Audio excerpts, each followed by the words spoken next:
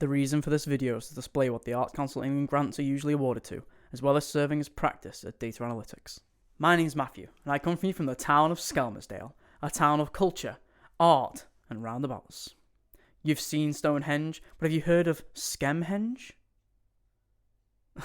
Okay, so maybe Skelmersdale isn't the centrepiece of art. However, with that being said, there are some good pieces of art around. Some subways have really good graffiti art, we have a really good war memorial, as well as some of the roundabouts.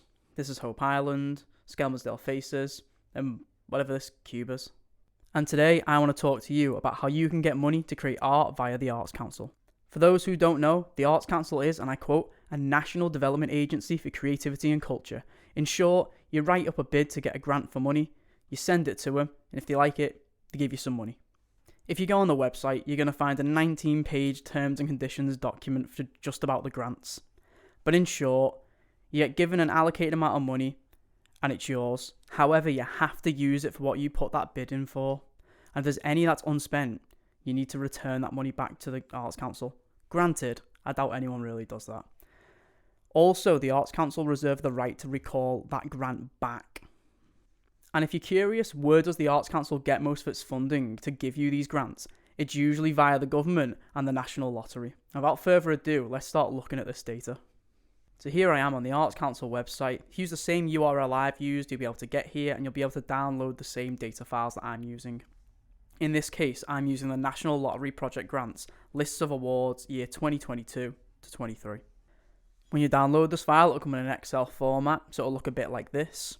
I don't have a subscription, so if you're a bit like me, I'd recommend going on Office 365 to use the online Excel app. However, I'm going to be using Python to do this analysis, so the data that I'll be producing is going to look a little bit more like this. I plan on making a second video that's going to show my code and how I came to these results, so if you want to look for that, I'm going to link it in the future in the description. So when you first open this file, it's going to open the front page, and on there you'll see some of this information that I'm showing you now. So this data's come from the National Lottery Project Grants from the tax year of 2022 to 23. The categories of this data are as follows: recipients, activity name, award amount, decision date, decision month, decision quarter, ACE area, local authority, main discipline, and time limit priority. Although the last categories maybe appear 2 or 3 times over the 2,993 grants. So here's a bit of a top and tail of the data set. It shows you the first 5 and the last 5 entries. So feel free to pause the video now and just have a look over it, as this will be the data that I'll be talking about throughout the video. So here I have 4 graphs made in Matplotlib in Python. Starting at the top left, we can see all 2,993 entries and the amount of money awarded on the y-axis. The higher the line means the more money they got. So on the y-axis, like I said, it's the amount of money they were awarded. This is a scale from 0 to 2. This scale being 0 to £2 million. Yeah, you heard me right. £2 million. So by looking at this, we can see a few of the entries do spike up to that higher region. But the majority of it kind of flutter around the £50,000 mark.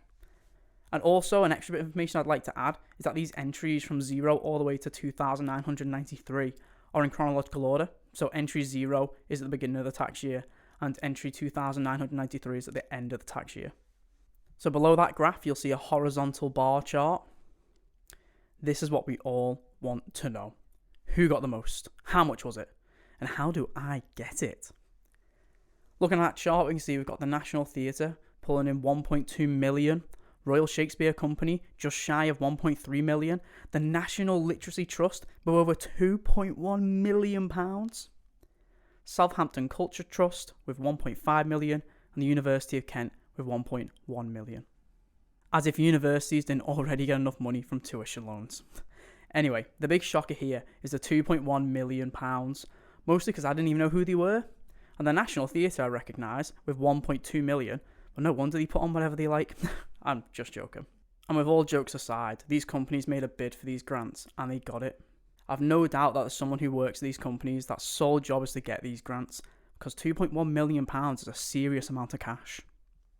But I think the big takeaway from this is that the Arts Council doesn't just make small grants. They do make quite large grants. However, they are typically obtained by organisations or companies. So just a quick side note, but I'm sure everybody's thinking it.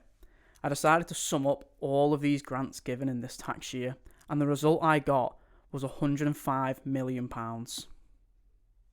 If we look at the Arts Council website, we can see that they mention about giving £160 million per year for this specific grant scheme. So that's an increase in what we see in this year. This is good news if you want to be an artist.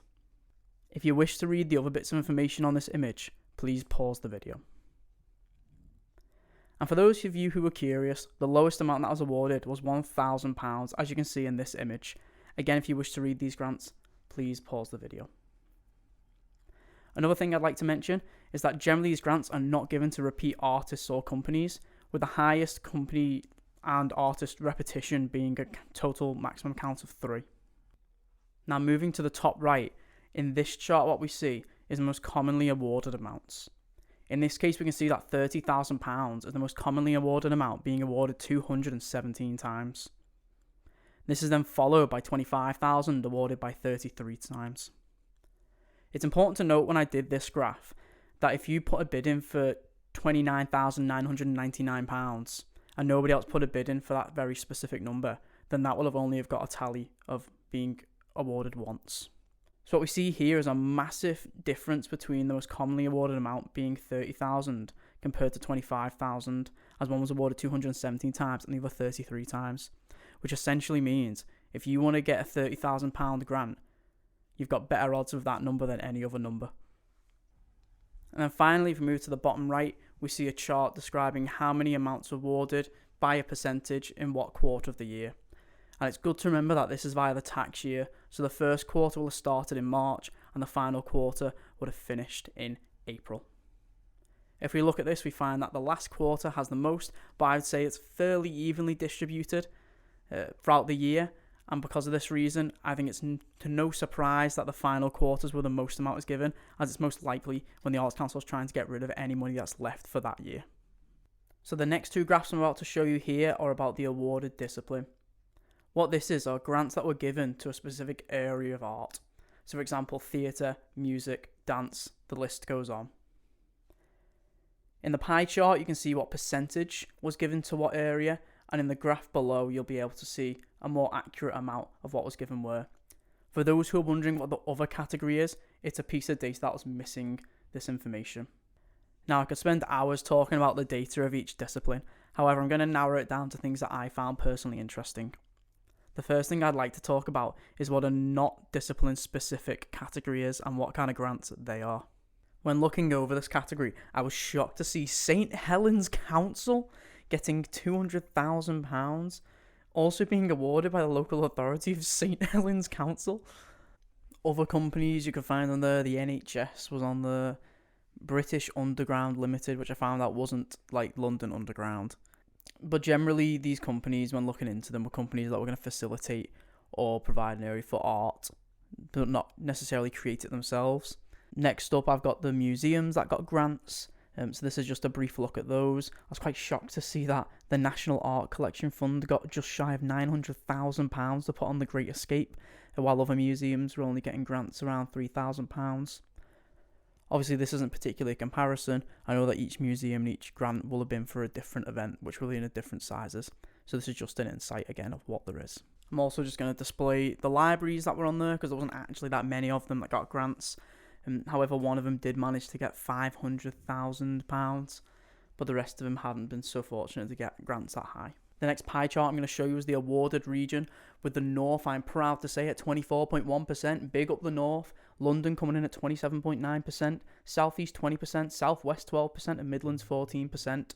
It comes to no surprise that London is at the top of this, but I thought for a second, wait, London 27%, South East 20%, London is in the South East? It's at this point I decided to look, what does the Arts Council of England class as the North, London, South East, South West, Midlands? And it's important to note that this is the Arts Council England, so this does not include Scotland or Wales. So what we're looking at right now is what the Arts Council of England classes as each area. And as we can see, the North is quite a lot of the area, and London is only that really small section of England. So a little bit disappointing to see.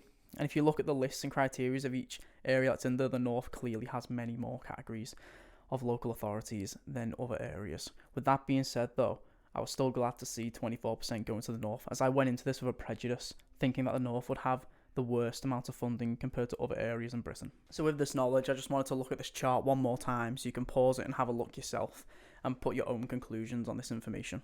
And last but not least, we have the local authorities. Which local authorities gave out the most grants?